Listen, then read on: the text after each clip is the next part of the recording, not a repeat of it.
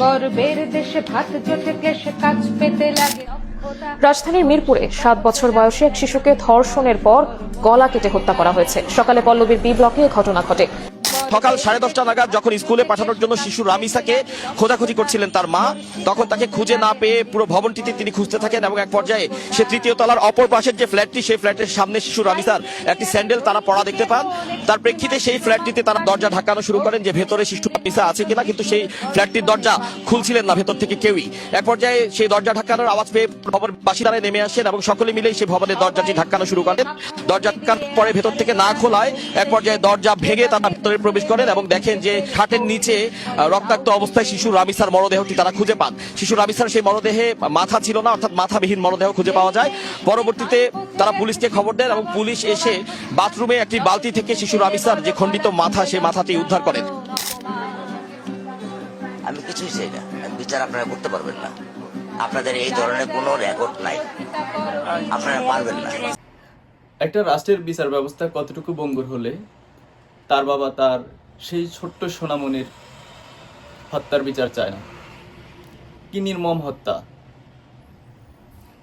এতে বোঝা যায় রাষ্ট্রে কোনো নিয়ম শৃঙ্খলা, আইন কানুন বলতে কিছুই নেই।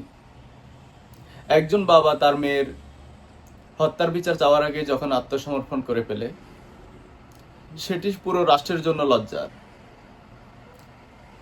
সেটি আমাদের সকল নাগরিকের জন্য লজ্জা। রামিসার বাবা বলেছে, আমি আমার মেয়ের হত্যার বিচার চাই না। আপনারা বিচার করতে পারবেন না, আপনাদের বিচারের কোনো নজির নেই। একবার ভাবুন, যে বাবার কাঁধে মেয়ের লাশ, সে বাবা বিচার চায় না, কারণ তিনি জানেন এই দেশে বিচার চাওয়া মানে দ্বিতীয়বার মরে যাওয়া। তিনি জানেন এই বিষয়টি নিয়ে 15 দিন ফেসবুক গরম হবে, টক শো হবে, তারপর নতুন লাশ পড়বে, নতুন হ্যাশট্যাগ, পুরনো কান্না আবার পাইলচাপা পড়ে যাবে। তখন রামিসার কথা কারো মনে থাকবে না। রাষ্ট্রের কাজ নাগরিককে নিরাপত্তা দেওয়া।